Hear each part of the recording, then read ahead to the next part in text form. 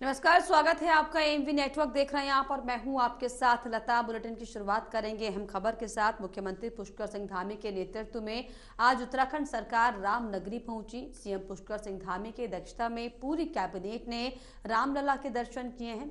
इसके बाद धामी ने कहा कि 500 वर्षों के लंबे संघर्ष के बाद रामलला अपने जन्म स्थान पर भव्य मंदिर में विराजित हुए हैं। यहाँ पर विश्व के प्रत्येक सनातनी की भावनाओं की जीत हुई है। प्रधानमंत्री नरेंद्र मोदी और उत्तर प्रदेश के मुख्यमंत्री योगी आदित्यनाथ के नेतृत्व में इस कालखंड में फिर से राम युग का आरंभ हुआ। आज गर्व का अनुभव हो रहा है। टेंट से रामलला भव्य महल में विराजमान हो चुके हैं।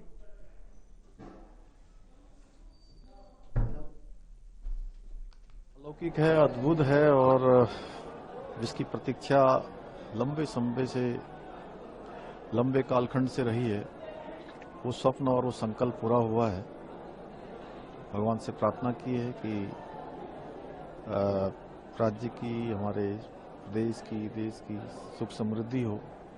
हमारे प्रधानमंत्री आदरणीय मोदी जी के नेतृत्व में देश आगे बढ़े। आज ये कालखंड हमको देखने को मिला है जहां मोदी जी के नेतृत्व में देश प्रगति कर रहा है। वहीं राम राज्य, राम युग फिर से प्रारंभ हो रहा है। उत्तर प्रदेश में माननीय योगी जी के नेतृत्व में तेजी से विकास हुआ है और ये दिन सबको देखने को मिला है। हम सबका सौभाग्य है कि आज प्रदेश में और देश में इस प्रकार की सरकारें काम कर रही हैं जो सनातन की स्थापना कर रही है, सनातनियों के जो विश्वास है उसको और बढ़ाने का काम कर रही है। हाल ही में राजधानी देहरादून में जिलाधिकारी एवं जिला निर्वाचन अधिकारी द्वारा जिले में मतदान प्रतिशत बढ़ाने के लिए आह्वान किया जा रहा है। मतदाता स्वयं वोट दें और साथ ही साथ अन्य लोगों को भी इसके लिए जागरूक करें। वोटिंग के लिए पोलिंग बूथ तक आने के लिए प्रेरित करें। 80 से ज्यादा साल की आयु वाले मतदाताओं व दिव्यांगजनों को भी जागरूकता किया जा रहा है। इसके साथ ही जिन युवाओं का नाम पहली बार वोटर लिस्ट में शामिल हुआ है वो अपने मतदाता अधिकार का प्रयोग करें। मतदाता जागरूक करने के लिए आज डीएम कार्यालय में सभी अधिकारियों व कर्मचारियों द्वारा शपथ भी ली गई है।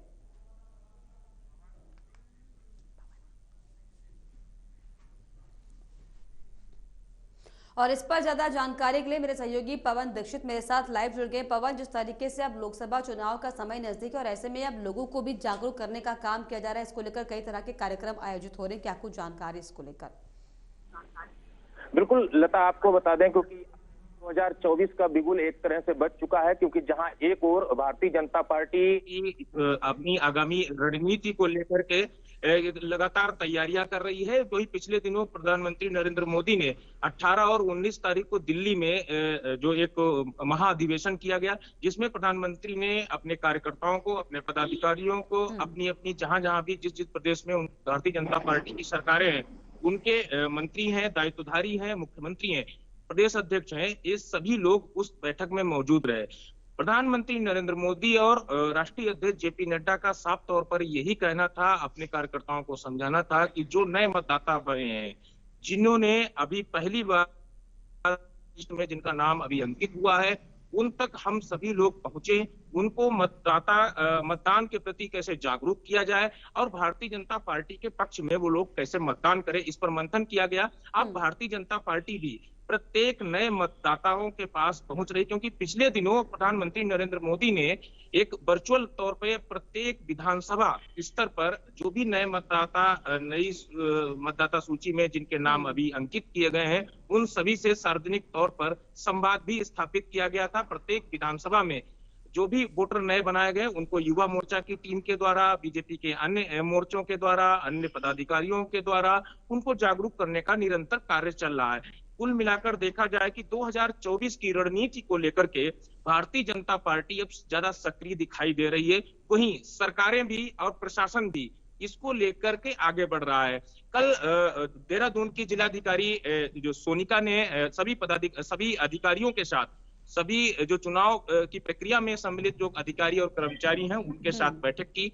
उस पर पूरे चुनाव की जो तैयारियां हैं उन पर उन्होंने चर्चा की, उनका फीडबैक लिया, उनकी समीक्षा की। इसके साथ ही जो नए मतदाता इस बार वोटर लिस्ट में जो जुड़े हैं उन तक कैसे पहुंचे, कैसे मतदाताओं को जागरूक किया जाए, इसके लेकर के सभी अधिकारियों को शपथ भी दिलाई गई जिलाधिकारी सोनिका के द्वारा, और ये जरूर तय किया गया है कि जो नए मतदाता इस बार जो वोटर लिस्ट में जुड़े हैं उनको जागरूक करना है, और जो वृद्ध मतदाता हैं, जो बुजुर्ग मतदाता हैं, किसी भी कीमत पर ये नहीं चाहते कि जो नए मतदाता हैं, जो न्यू वोटर्स हैं, जो यंग वोटर हैं, वो दरअसल बीजेपी से दूरी बनाए। क्योंकि अक्सर हम देखते हैं कि जब भी चुनाव का वक्त होता है और बिना चुनाव के समय में भी लगातार जो बीजेपी का ये कार्यक्रम है लोगों को खुद से जोड़ने का, ये जारी रहता है। और क्योंकि अब चुनाव है तो साफ तौर पर नए मतदाताओं पर पूरा फोकस बीजेपी का।